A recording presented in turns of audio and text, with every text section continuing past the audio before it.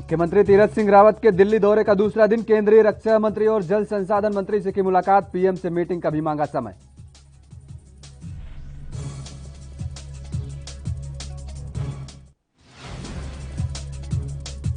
उत्तराखंड के पूर्व मुख्यमंत्री हरीश रावत का बयान, बोले भय का हो रहा दोहन, केंद्र सरकार को भी जमकर घेरा।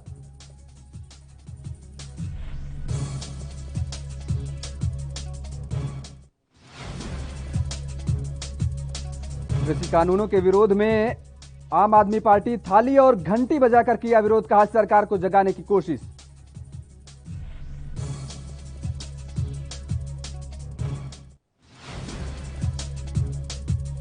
और उत्तराखंड में 20 जून तक दस्तक दे सकता है मानसून, इस बार बारिश सामान्य रहने के आसार, अच्छी प्री मानसून बारिश की संभावना।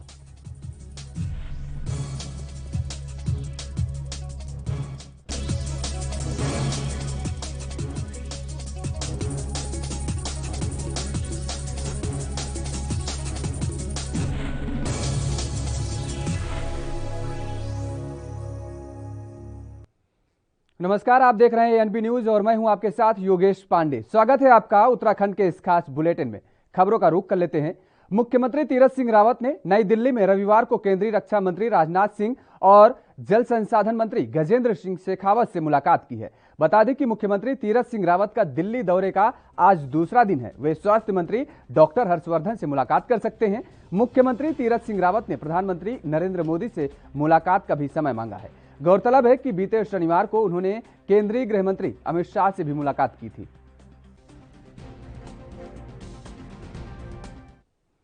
पूर्व मुख्यमंत्री और कांग्रेस के राष्ट्रीय महासचिव हरीश रावत ने कोविड की दूसरी लहर का मुकाबला करने में असफल रहने का आरोप लगाते हुए सरकार को घेरा है। आर्थिक गतिविधियों और काम धंधे बंद होने के कारण लोग पहले से ही खस्ता हालात हैं, ऐसा कहा गया है। और अब जान बचाने के लिए एक सहारा दिखाई दे रहा है, वो है वैक्सीन का, ताकि तीसरी लहर से बचा जा सके। वैक्सीनेशन, भारत सरकार को 150 रुपए में वैक्सीन मिलती है और राज्यों में कहा जा रहा है कि आप 500 रुपए के हिसाब से खरीदो। और अब जो प्राइवेट हॉस्पिटल हैं वो 1200 से लेकर के 2000 रुपए तक चार्ज कर रहे हैं। रावत ने कहा, मरता क्या न करता, यह भय का दोहन हो रहा है। भारत सरकार को 150 रुपये में करीब मिल रही है। राज्यों से कहा जा रहा है तुम 500 रुपये के हिसाब से खरीदो। और अब जो प्राइवेट हॉस्पिटल्स हैं वो 1200 रुपये से लेकर के 2000 रुपये तक चार्ज कर रहे हैं। मरता क्या नहीं करता, ये भय का दोहन है। जीवन बचाने के लिए जो सहारा है, उस सहारे की आड़ में एक बड़ी लूट है। कोई देखने वाला नहीं। उत्तराखंड जैसे आर्थिक रूप से कमजोर राज्य में। उत्तराखंड के इस खास बुलेटिन में खबरों का सिलसिला लगातार जारी है। फिलहाल रुकते हैं एक छोटे से ब्रेक के लिए।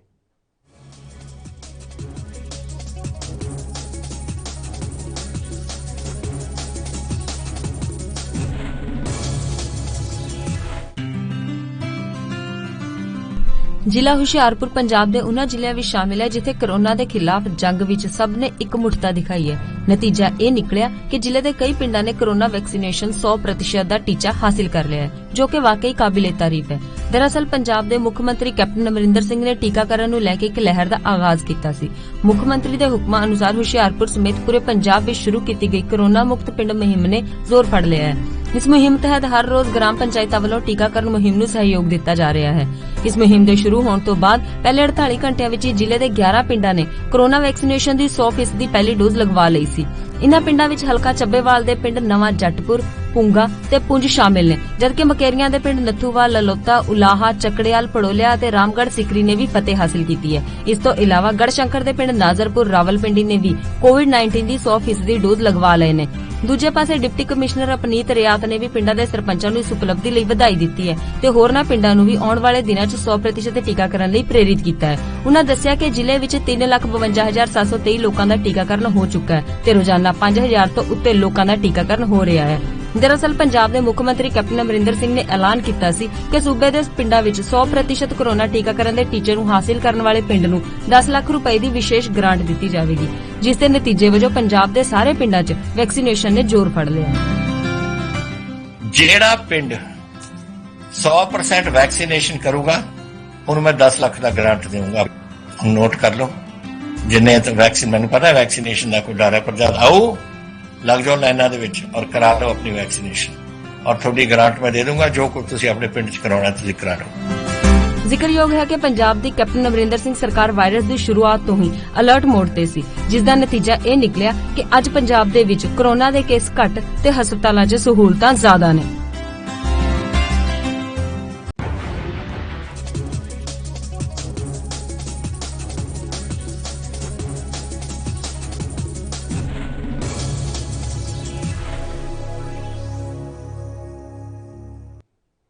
ब्रेक के बाद एक बार फिर आप सभी का स्वागत है। रुख करेंगे अगली खबर का। दिल्ली में 3 कृषि कानूनों के खिलाफ आंदोलनरत किसानों के समर्थन में आम आदमी पार्टी के कार्यकर्ताओं ने राजधानी देहरादून में प्रदर्शन किया। आम आदमी पार्टी के कार्यकर्ताओं ने बलबीर रोड स्थित भाजपा कार्यालय के बाहर पहुंचकर केंद्र सरकार के खिलाफ जमकर नारेबाजी करते हुए विरोध दर्ज कराया। इस दौरान आप कार्यकर्ताओं ने थालियां बजाकर और कृषि कानूनों की प्रतियां हवा में लहराकर विरोध किया। कृषि बिल हैं, उनके बिल की जो कॉपियां हैं, प्रतियां हैं, वो हम सब लोगों ने यहाँ मिलकर फाड़ी हैं, आम आदमी पार्टी उत्तराखंड के कार्यकर्ताओं ने। और ये सांकेतिक हमारा आज कोविड के चलते विरोध प्रदर्शन, धरना प्रदर्शन उस पार्टी के मुख्यालय पे है जिसकी केंद्र में सरकार है, और जो कृषि नहीं भारत विरोधी, हिंदुस्तान की आधी आबादी कृषि से अपना गुजारा करती है, 2 टाइम की रोटी कमाती है, और कृषि से जुड़े जो अन्य काम हैं, अन्य उद्योग हैं, पशुपालन से लेके आदि वो सब इसी से रोटी कमाते हैं।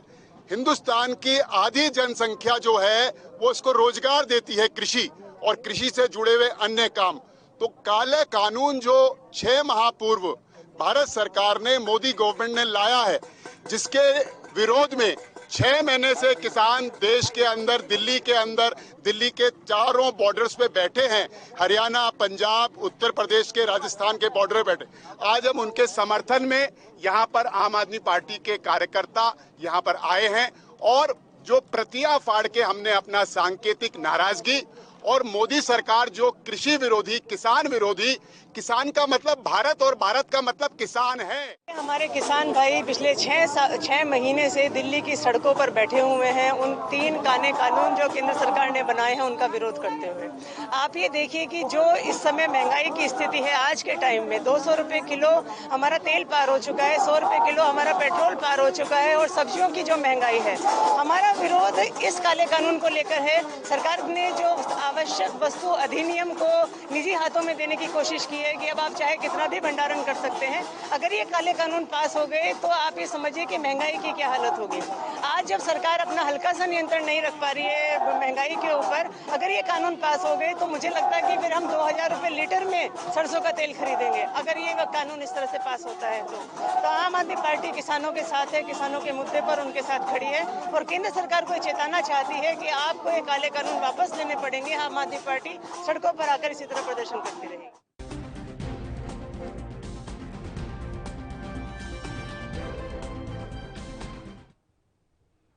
यहां रुकते हैं एक और छोटे से ब्रेक के लिए। ब्रेक के बाद फौरन हाजिर होते हैं।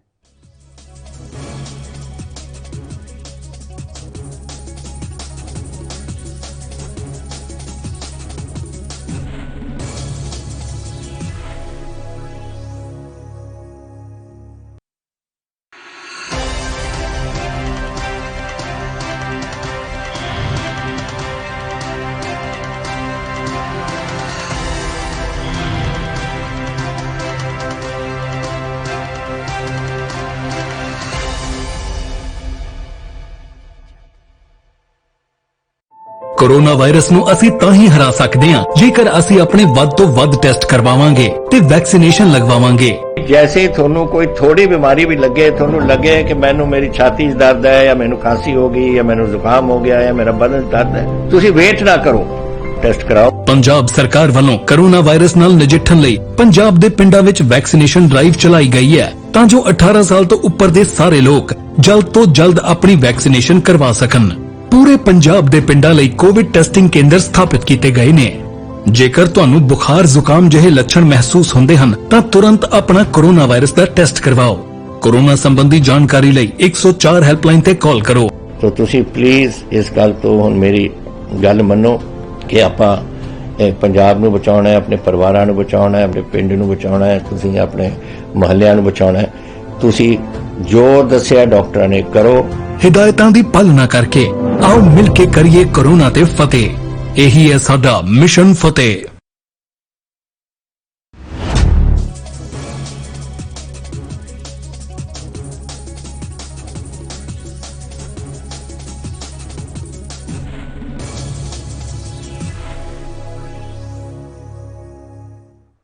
ब्रेक के बाद एक बार फिर आप सभी का स्वागत है। उत्तराखंड की खबरों में आगे बढ़ेंगे।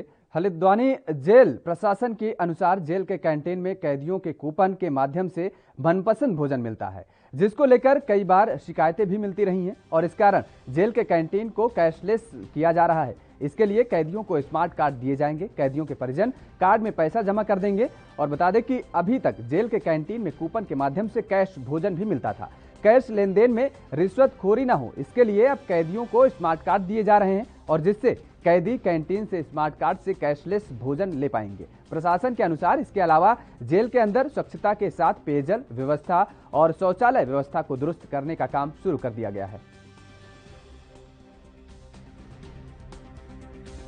सबसे पहले तो यहाँ ओवरक्राउडिंग की समस्या है, उन बंदियों को पानी की समस्या है, शौचालय की दिक्कत है। तो पहला कदम तो जेल की साफ़ सफाई, शौचालय की व्यवस्था और पेयजल की व्यवस्था के उसमें उठाया जाएगा। उसके बाद खुद बैरकों का निर्माण होना है जो शासन द्वारा स्वीकृत है, लेकिन अभी प्रक्रिया में है। जल्दी ये कोरोना के बाद उसमें कार्य शुरू होगा। कुछ नए ट्रेड भी ऐसे शुरू होंगे जिससे जेल की आय बढ़ सके। महानिरीक्षक कारागार का मन है कि सारी जेलों में बंदी कुछ न कुछ काम करें, क्योंकि जब आदमी खाली रहता है तो खाली खुरापात सूझती है उसे। जब काम करेगा तो हुनर सीखेगा और बाहर समाज में दोबारा से शामिल होने में उसे सहायता मिलेगी। सर, कैंटीन में डिजिटल के माध्यम से आप लोग कूपन, अभी वर्तमान में कैंटीन में कूपन व्यवस्था चल रही है, जिसे कैशलेस कार्ड बनाए जाएंगे बंदियों के।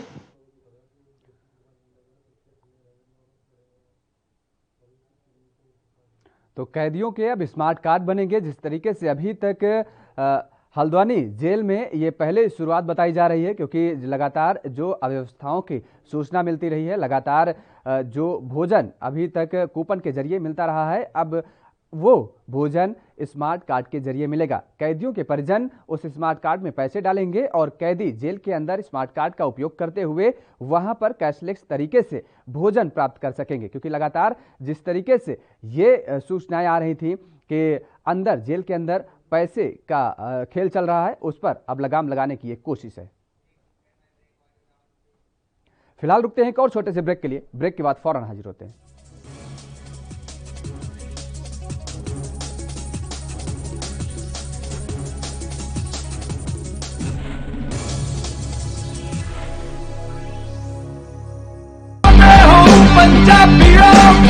ਵੈਕਸੀਨ ਜ਼ਰੂਰ ਕਰਾਉਣੀ ਹੈ। ਤੁਸੀਂ ਤੁਹਾਡੇ ਐਂਟੀਬਾਡੀਜ਼ ਵਧਾਉਣੇ ਨੇ। ਜਦੋਂ ਤੁਹਾਡੇ ਐਂਟੀਬਾਡੀਜ਼ ਵਧਣਗੇ, ਉਹ ਐਂਟੀਬਾਡੀਜ਼ ਨੇ ਜਿਹੜੀ ਕੋਰੋਨਾ ਦੇ ਨਾਲ ਜੰਗ ਲੜ ਸਕਦੀ ਹੈ ਤੁਹਾਡੇ ਬਾਡੀਜ਼ ਦੇ ਵਿੱਚ। ਇਹ ਤੁਹਾਨੂੰ ਕਰਾਉਣਾ ਚਾਹੀਦਾ ਹੈ। ਤੁਹਾਨੂੰ ਉਹ ਡਾਕਟਰ ਜੋ ਪਹਿਲੇ ਦਿਨ ਤੋਂ ਕਹਿ ਰਹੇ ਨੇ ਮਾਸਕ ਨਹੀਂ ਭੁੱਲਣਾ। ਅਗਰ ਕਿਸੇ ਨੂੰ ਕੋਵਿਡ ਹੋ ਵੀ ਚੁੱਕਿਆ, ਉਹਨੂੰ ਵੀ ਦੇਖੋ ਕਿ ਮਾਸਕ ਪਹਿਨੇ, ਕਿਉਂਕਿ ਸਟ੍ਰੇਨਸ ਬਦਲਦੇ। ਇਹ ਜਿਹੜੇ ਸਟ੍ਰੇਨ ਨੇ ਨਾ ਕੋਰੋਨਾ ਦੇ, ਇਹਨਾਂ ਦੀ ਮਿਊਟੈਂਟਸ ਬਣ ਜਾਂਦੇ ਨੇ। ਇਸ ਕਰਕੇ ਤੁਸੀਂ ਉਹ ਜੋ ਬੇਸਿਕ ਚੀਜ਼ਾਂ ਨੇ, ਮਾਸਕ ਪਹਿਨਣਾ, ਹੱਥ ਧੋਣੇ, सोशल डिस्टेंसिंग रखनी, ये जरूरी है।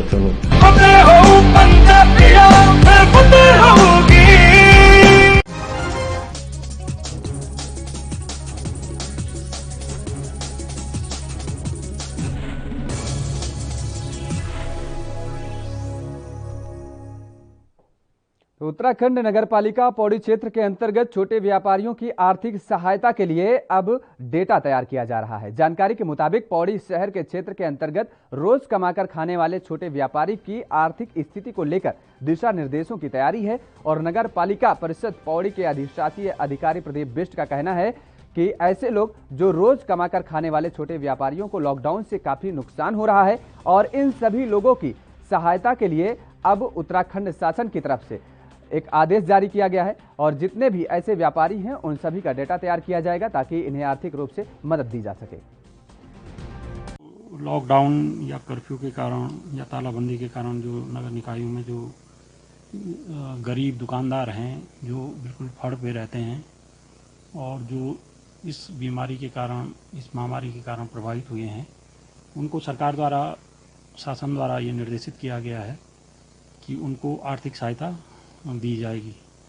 तो उसी संबंध में सभी नगर निकायों द्वारा जो है सभी को सूचीबद्ध किया जा रहा है, जिसमें प्रमुखता से जो फड़ पे जो बिल्कुल सड़क किनारे अपनी दुकानें लगाते थे, उसमें हो सकते हैं मोची भी हो सकता है, या छोटा जो जड़ी बूटी बेचते हैं गरीब तबके के लोग, या फल सब्जी बेचते हैं। हमने पूरे अपने नगर क्षेत्र में जितने भी व्यापारी कोविड के कारण प्रभावित हुए हैं उनको सूचीबद्ध किया है। कांग्रेस के प्रदेश अध्यक्ष के आह्वान पर महानगर अध्यक्ष जी के साथ हम यहाँ पर डीएम महोदया को राष्ट्रपति के नाम ज्ञापन देने आए थे, पूरे देश में वैक्सीनेशन की नीति को सही से लागू करने के लिए। और क्योंकि देश में सभी व्यक्तियों को बचाना हमारे प्रधानमंत्री जी का कर्तव्य है, तो हम उनसे आह्वान करते हैं कि सभी व्यक्ति को वैक्सीनेशन जल्दी से जल्दी हो, जिससे हमारा देश सुरक्षित हो सके। हित के लिए हमने जो है आज डीएम साहब को ज्ञापन दिया राष्ट्रपति के लिए कि वैक्सीनेशन जो है सभी इस देश के प्रत्येक नागरिक को लगाया जाए, जो कि नहीं हो पा रहा है। हमने वैक्सीन आगे सप्लाई कर दी दूसरे विदेशों में, जबकि ऐसा नहीं होना चाहिए। प्रधानमंत्री जी एक तरफ तो कहते हैं कि भाई हर देश के व्यक्ति को बचाना जरूरी है और वैक्सीन भी नहीं लगवा रहे हैं। तो हम इसी बात के लिए प्रकाश डालने के लिए और हमारी मांग है कि जल्दी से जल्दी जो है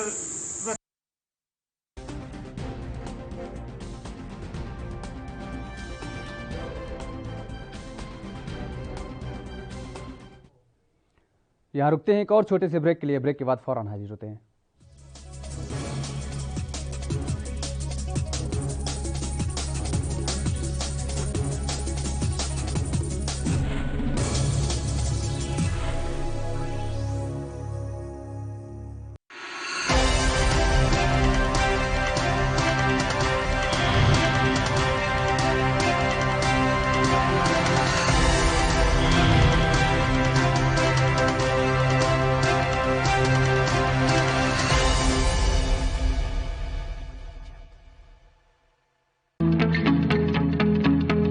ਪੂਰਾ ਦੇਸ਼ ਇਸ ਵੇਲੇ ਕਰੋਨਾ ਦੇ ਨਾਲ ਜੰਗ ਲੜ ਰਿਹਾ ਹੈ ਤੇ ਪੰਜਾਬ ਵੀ ਇਸ ਜੰਗ ਦੇ ਵਿੱਚ ਸ਼ਾਮਿਲ ਹੈ।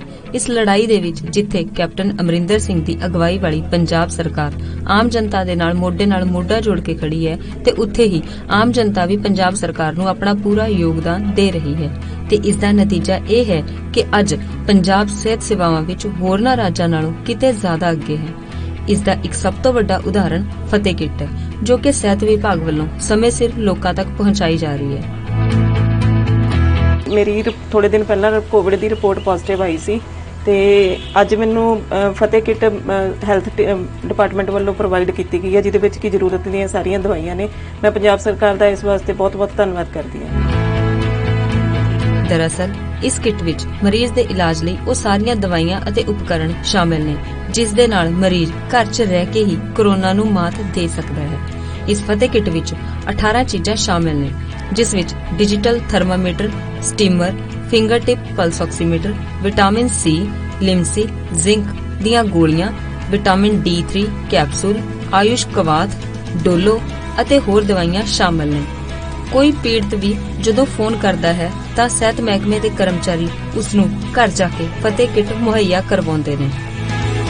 ਉਹਨਾਂ ਦੇ ਜਿਹੜੇ ਮਰੀਜ਼ ਪੋਜ਼ਿਟਿਵ ਆਉਂਦੇ ਨੇ ਉਹਨਾਂ ਨੂੰ ਇੱਥੋਂ ਫਲੂ ਕਾਰਨਰ ਤੋਂ ਕਿੱਟ ਇਸ਼ੂ ਹੁੰਦੀ ਹੈ। ਲਿਸਟ ਦੇ ਮੁਤਾਬਿਕ ਸਾਡੇ ਹੈਲਥ ਵਰਕਰ ਨੇ ਉਹ ਘਰ ਜਾ ਕੇ ਕਿੱਟ ਪ੍ਰੋਵਾਈਡ ਕਰਦੇ ਆ ਬੈਨੀਫਿਸ਼ਰੀ ਨੂੰ। ਇਸ ਕਿੱਟ ਵਿੱਚ ਕਰੋਨਾ ਦੇ ਲਈ ਜਿਹੜੇ ਮਰੀਜ਼ ਨੂੰ ਸਮਾਨ ਦਵਾਈਆਂ ਦੀ ਜ਼ਰੂਰਤ ਹੈ ਉਹ ਸਾਰੀ ਦਿੱਤੀ ਗਈ ਹੈ। दरअसल होम क्वारंटाइन मरीजां लई फतेह किट वरदान साबित हो रही है ते इन्हां किटां दा ही नतीजा है कि अज पंजाब कोरोना दे खिलाफ जंग विच किते ही अगे निकल चुका है। लाजमी तौर ते पंजाब फतेह किट नाल भी एक दिन जरूर कोरोना ते फतेह पाएगा।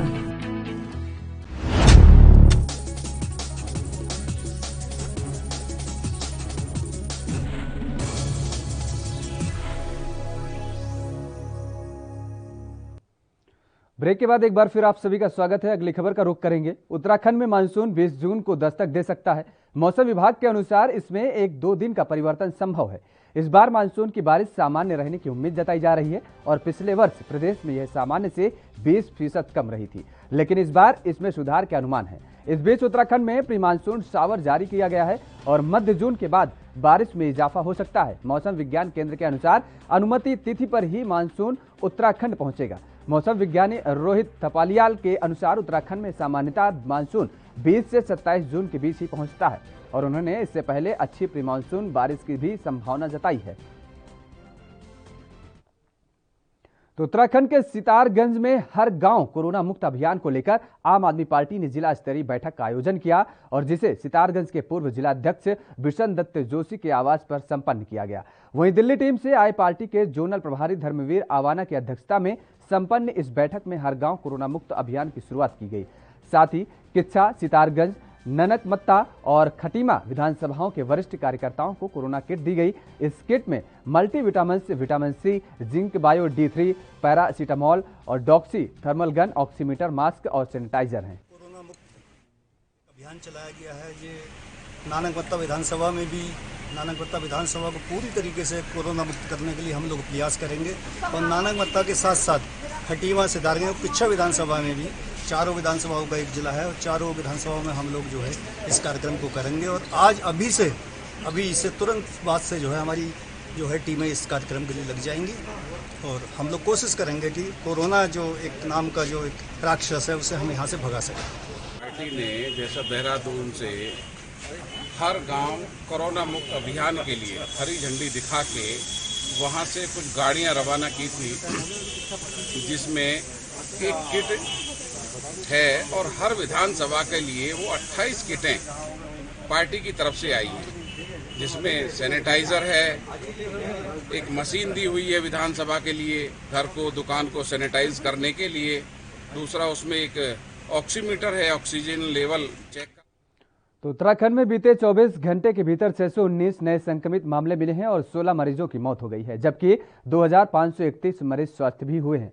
वहीं कुल संक्रमितों की संख्या अब 3,33,578 हो गई है और वहीं सक्रिय मामले घटकर 17,305 पहुंच गए हैं। सचिव स्वास्थ्य डॉक्टर पंकज कुमार पांडे का कहना है कि अभी कोरोना संक्रमण का खतरा कम नहीं हुआ है, लेकिन संक्रमण की रोकथाम और टीके ठीक होने वाले मरीजों की दर में सुधार हुआ है। संक्रमित मामले कम होने के साथ ही रिकवरी दर और मृत्यु दर में सुधार हो रहा है।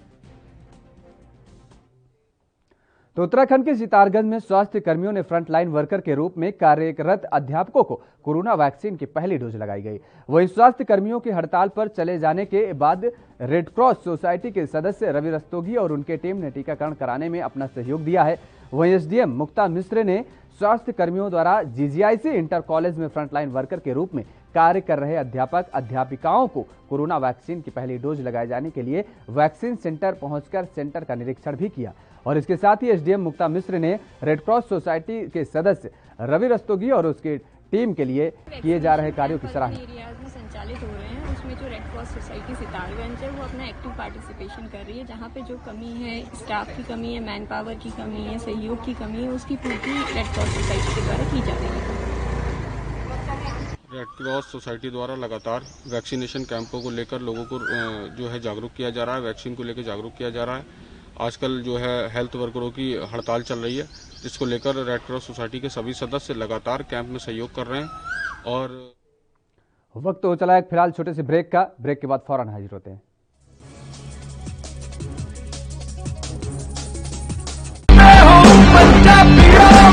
रूरल कोरोना वॉलंटियर्स कह के एक 7 ਬੰਦਿਆਂ ਦਾ ਗਰੁੱਪ ਹਰ ਪਿੰਡ ਦੇ ਵਿੱਚ ਬਣਾਇਆ ਜਾਏ ਔਰ 7 ਮੈਂਬਰ ਦਾ ਗਰੁੱਪ ਆਪਣੇ ਪਿੰਡਾਂ ਦੇ ਵਿੱਚ ਘੁੰਮੇ ਔਰ ਇਹਦੇ ਵਿੱਚ ਉਹਨਾਂ ਨੂੰ ਐਮਫਸਾਈਜ਼ ਕਰਨਾ ਚਾਹੀਦਾ ਹੈ ਟੈਸਟ ਕਰੋ, जैसे मैं ਤੁਹਾਨੂੰ ਦੱਸਿਆ जिथे फिर अगर कोई पॉजिटिव निकलिया वो किनू मिले उन्होंने ट्रेस करो कि जाके देखो कि किनू मिले उन्होंने भी टेस्ट करो और फिर जेड़े कोविड पॉजिटिव ने ट्रीट करो। 3 T's test trace and treat ये चीज़ां अगर आप कर सकिए तो तुसी देखो ये अपने पिंड और मोहल्ले कंट्रोल आ सकती है।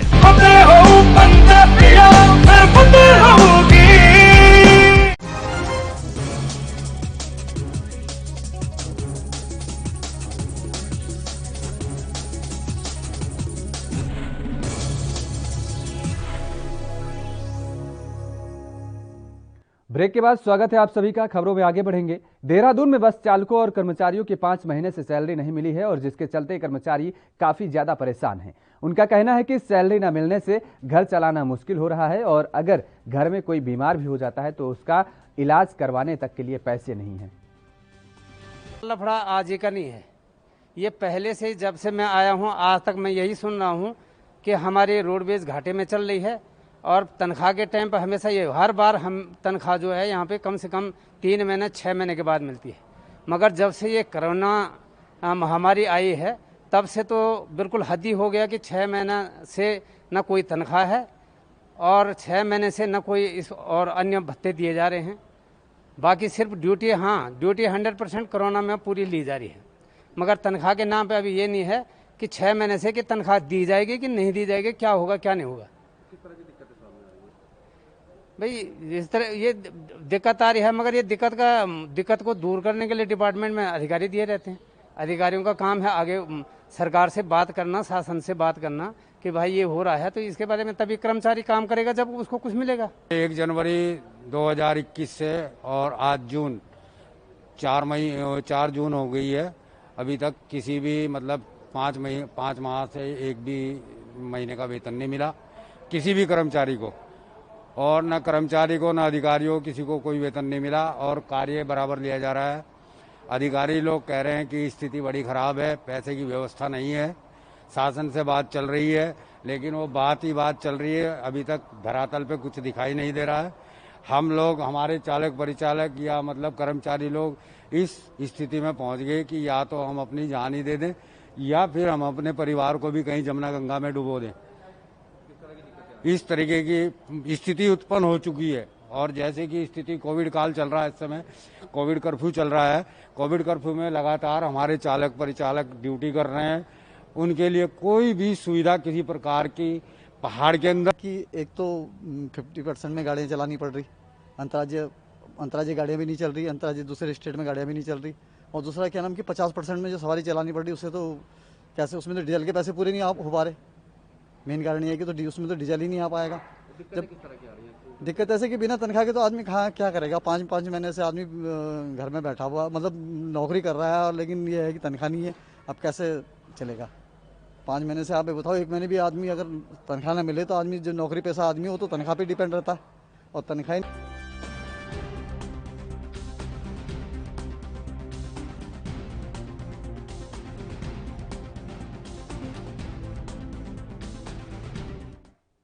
उत्तराखंड के इस खास बुलेटिन में फिलहाल इतना ही। बाकी खबरों के लिए आप देखते रहिए ANB न्यूज।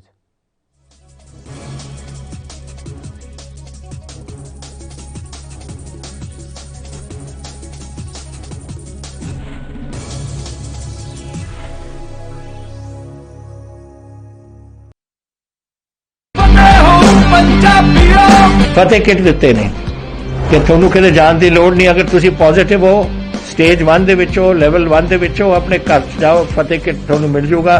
ਬਿਮਾਰੀ ਕੀ ਦਵਾਈ ਲੈਣੀ ਹੈ, कैसे ਲੈਣੀ ਹੈ, ਸਾਰਾ ਕਾਗਜ਼ ਵਿੱਚ ਹੈ। ਕੋਈ ਬੰਦਾ ਆਊਗਾ ਜਿਹੜਾ ਤੁਹਾਨੂੰ ਦੇਊਗਾ ਔਰ ਉਹ ਸਮਝਾਊਗਾ ਵੀ ਤੁਹਾਨੂੰ, ਉਹ ਤੁਸੀਂ ਲਓ।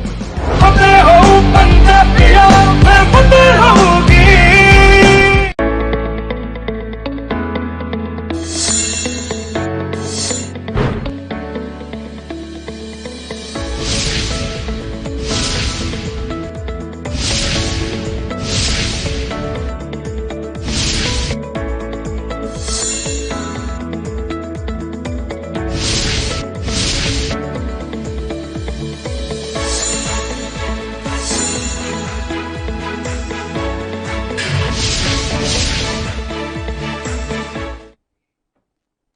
हरियाणा चौपाल में आपका स्वागत है और मैं हूं आपके साथ लोकेश जगवानी। केंद्र की मोदी सरकार को हरियाणा के मुख्यमंत्री परिवार पहचान पत्र योजना रास आ गई है। आधार कार्ड से हटकर प्रदेश में हर परिवार को उसकी पहचान देने के लिए बनाई गई ये योजना अब दूसरे राज्यों के लिए मॉडल होगी। केंद्रीय इलेक्ट्रॉनिक्स और सूचना प्रौद्योगिकी मंत्रालय ने परिवार पहचान योजना को लागू करने के लिए कई राज्यों के मुख्य सचिव को पत्र जारी किया। मुख्यमंत्री मनोहर लाल खट्टर ने 4 जुलाई 2020 को पंचकुला में 20 परिवारों को पहचान पत्र देकर इस योजना की शुरुआत की थी। हरियाणा में इस योजना के तहत अभी तक 62,62,000 परिवार ऑनलाइन पोर्टल पर परिवार पहचान पत्र के लिए खुद को रजिस्टर करवा चुके हैं। इसमें से 52,84,000 परिवारों का डाटा अपडेट हो चुका है। करीब 9 लाख ऐसे पंजीकृत परिवार हैं जो कि प्रक्रिया में हैं और जल्द ही उनका डाटा अपडेट हो जाएगा।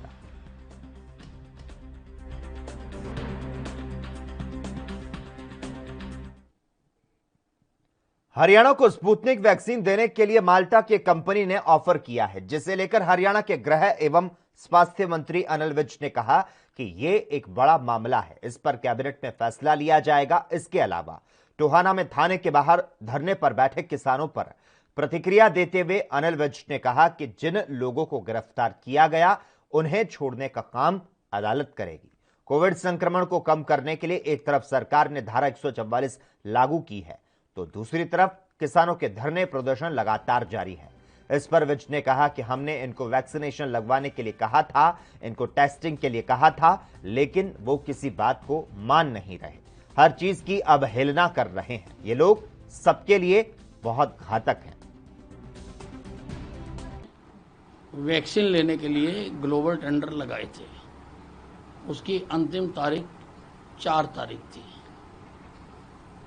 4 तारीख तक तो किसी की ऑफर आई नहीं, लेकिन उसके बाद माल्टा की एक फार्मास्यूटिकल कंपनी की स्पुतनिक वैक्सीन हरियाणा को देने के लिए एक ऑफर आई है, तो उस पर हम विचार करेंगे, क्योंकि ये बड़ा मामला है।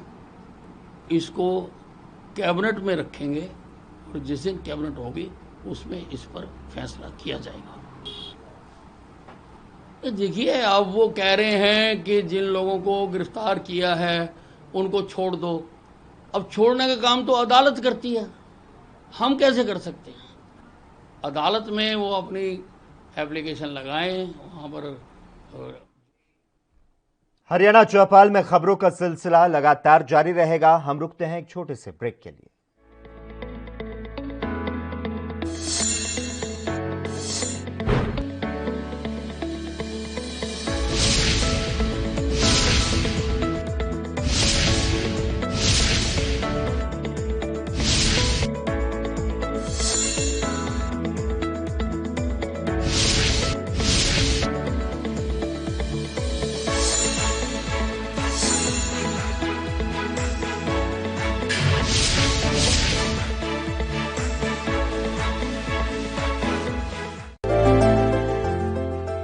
ਅੱਜ ਸਿਰਫ ਦੇਸ਼ ਹੀ ਨਹੀਂ ਬਲਕਿ ਪੂਰੀ ਦੁਨੀਆ ਹੀ ਕਰੋਨਾ ਤੋਂ ਜੂਝ ਰਹੀ ਹੈ। ਜਿੱਥੇ ਪਹਿਲੀ ਲਹਿਰ ਦੇ ਵਿੱਚ ਦੇਸ਼ ਦੇ ਨਾਲ ਹੀ ਪੰਜਾਬ ਨੇ ਵੀ ਸੰਘਰਸ਼ ਕੀਤਾ, ਉੱਥੇ ਹੀ ਦੂਜੀ ਲਹਿਰ ਵਿੱਚ ਪੰਜਾਬ ਦੀ ਕੈਪਟਨ ਅਮਰਿੰਦਰ ਸਿੰਘ ਸਰਕਾਰ ਨੇ ਠੋਸ ਫੈਸਲੇ ਲਏ ਨੇ ਤਾਂ ਜੋ ਕਰੋਨਾ ਦੇ ਫੈਲਾਅ ਨੂੰ ਰੋਕਿਆ ਜਾ ਸਕੇ।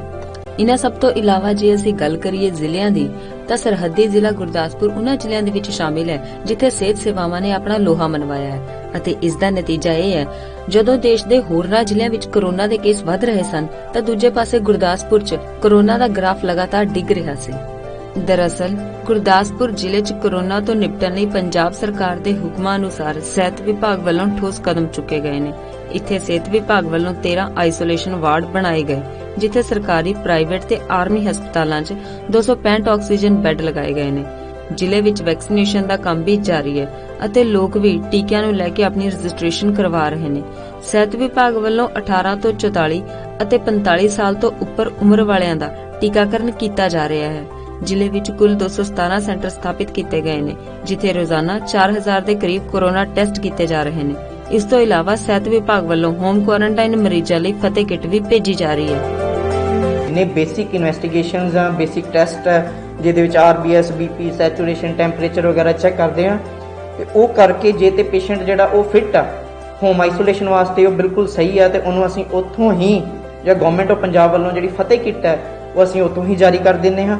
ਤੇ ਜੇ ਕੋਈ ਪੇਸ਼ੈਂਟ ਥੋੜਾ ਅਨਫਿਟ ਜਾਂ ਅਨਸਟੇਬਲ ਸਾਨੂੰ ਲੱਗਦਾ, ਉਸ ਨੂੰ ਅਸੀਂ ਐਡਮਿਟ ਕਰਕੇ ਆਈਸੋਲੇਸ਼ਨ ਵਾਰਡ ਦੇ ਵਿੱਚ ਹੀ ਇੱਥੇ ਰੱਖ ਲੈਂਦੇ ਆ, ਤੇ ਉਹਨਾਂ ਦਾ ਜੋ ਪ੍ਰੋਪਰ ਟ੍ਰੀਟਮੈਂਟ ਹੈ ਜਿਹੜਾ as per protocol ICMR guideline ਦੇ ਮੁਤਾਬਕ ਉਹ ਜਿਹੜਾ ਅਸੀਂ ਕਰਦੇ ਹਾਂ।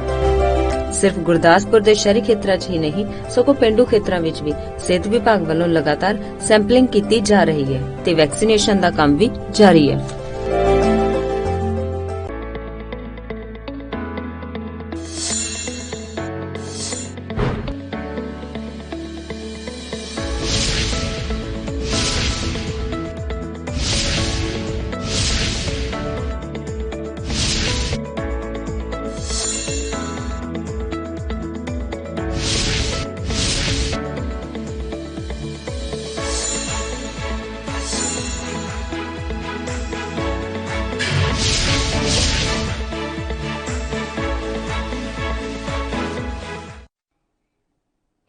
ब्रेक के बाद हरियाणा चौपाल में एक बार फिर से आपका स्वागत है। हरियाणा में अंबाला शंभू बॉर्डर से संयुक्त किसान मोर्चा के आह्वान पर और किसान मोर्चा के प्रधान गुरनाम सिंह चढ़ूनी की अगुवाई में किसानों से भरकर हजारों की संख्या में गाड़ियां दिल्ली के लिए रवाना हुई। वहीं बातचीत में किसान नेताओं ने बताया कि अब ये आंदोलन महा आंदोलन बन चुका है और किसान पीछे नहीं हटेगा, जीतेगा या मरेगा लेकिन पीछे नहीं हटेगा।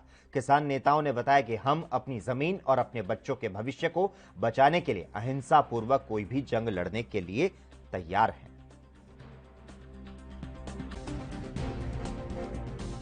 आज जी देखो अपना अंबाड़े की तरफ से जो हरियाणा में ड्यूटी लगी है, जैसे पहले करनाल की जिम्मेवारी 23 तारीख को, तो आज अंबाड़े की लगी है। गुरनाम सिंह चढ़ूनी जी की अगुवाई के अंदर बहुत बड़ा काफिला, कम से कम 4 से 3500 गाड़ी के आसपास, हम 350 गांव जो अंबाड़े के लगते हैं, जो आसपास के जो पंजाब के गांव लगते हैं, इन्हें हमने सारे गांव में जाके प्रचार करा, दोबारा एक बार लोगों को जागरूक किया, कुछ साफ भरा सारे के अंदर, तो सारे आज तैयार है। यहाँ पे आप देख ही सकते हो कितना बड़ा काफिला यहाँ पे आज सिंघू बॉर्डर के लिए रवाना करेगा। शायद मेरे को पता भी लगा टोहाना भी ना जाना पड़े, क्योंकि अभी तक रिहाई हुई नहीं है अपने जो किसान साथी गिरफ्तार हुए थे। तो बस इस चक्कर में सारे का सारा काफिला दिल्ली जाएगा। वही जुनून पहले दिन जो अब हम यहाँ से बैरिकेड तोड़ के चले थे, वही जज्बा आज भी बरकरार है कि हाँ एक तीनों कानून रद्द कराने, MSP गारंटी कानून लेके आने। किसान की ये बहुत बड़ी लड़ाई है। अगर किसान कौम को बचाना है तो किसान कौम को बचाने के लिए, ताकि आने वाले हमारे जो फ्यूचर है बच्चे हैं वो गुलामी न करें, अंबानी अंडानी किसी कॉर्पोरेट की गुलामी न करें, तो उसके लिए बस हमें ये आज दोबारा से सरकार को दोबारा दिखाएंगे भी हाँ भी ये पूरा जुनून भी बिना वापसी बिल वापसी लिए घर वापसी नहीं है, MSP गारंटी कानून लेके घर को। गाड़ियाँ खड़ी हैं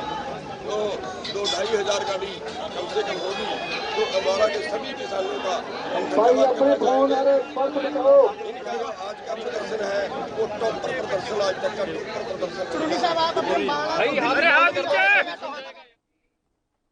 वहीं किसानों को दिल्ली की ओर रवाना करने के बाद गुरनाम सिंह चढ़ूनी ने कहा कि आज लोगों के मन में भारतीय जनता पार्टी के प्रति नफरत पैदा हो चुकी है। हाल ही में बीजेपी बंगाल में बुरी तरह से चुनाव हारी और अब हम मिशन उत्तर प्रदेश शुरू करने जा रहे हैं। पूरे देश के अंदर हुआ है, जो सभी बीजेपी नेताओं के आगे जो प्रतियां जलाने का काम किया है, और आज अंबाड़ा से ये जो काफिला है जिसमें 2,500-3,000 गाड़ी होगी, ये काफिला केवल एक ही जिले का है। ये लेके आज दिल्ली जा रहे हैं। 10 तारीख को पानीपत से जाएंगे और ऐसे ही हम लगातार हमारा क्रम जारी रहेगा, सरकार को चेताने के लिए कि सरकार एक जिले की ताकत देख ले, सैंपल देख ले, ट्रेलर देख ले। ये ताकत अगर हमने सारे देश की एक जगह इकट्ठी कर दी तो दिल्ली का दम सांस घुट जाएगा, दिल्ली का सांस बंद हो जाएगा। मुसीबत सरकार को हमारे से ज्यादा है। इन पिछले 6 महीनों में उसके पहले जो बीजेपी की हालत थी आज उससे 10 गुना नीचे है। आज बीजेपी की से नफरत लोगों के मन में भर गई है और चुनाव आप देखते हैं पश्चिमी बंगाल का हार गए हैं, आगे यूपी का होगा, वहां भी हम मिशन यूपी शुरू कर रहे हैं, वहां भी इनको हराएंगे। खबरें लगातार जारी हैं। यहां वक्त है एक और छोटे से ब्रेक का, जल्द हाजिर होते हैं।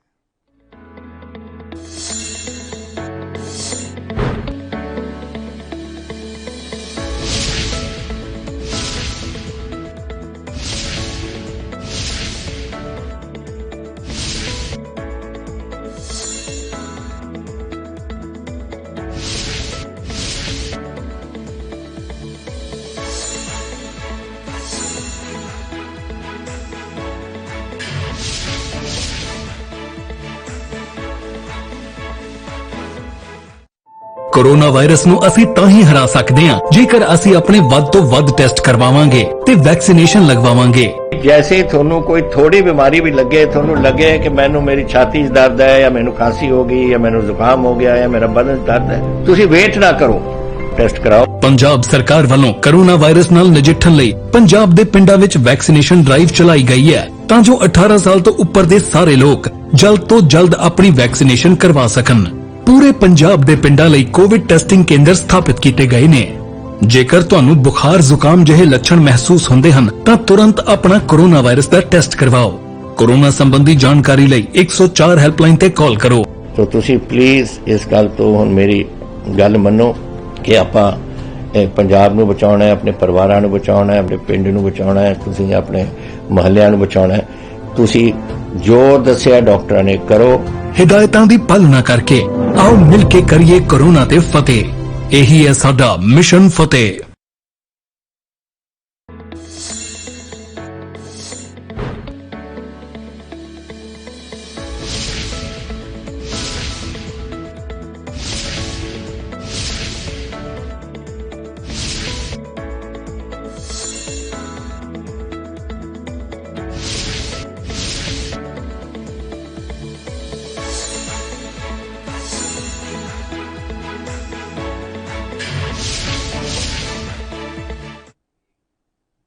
ब्रेक के बाद एक बार फिर से आपका स्वागत है।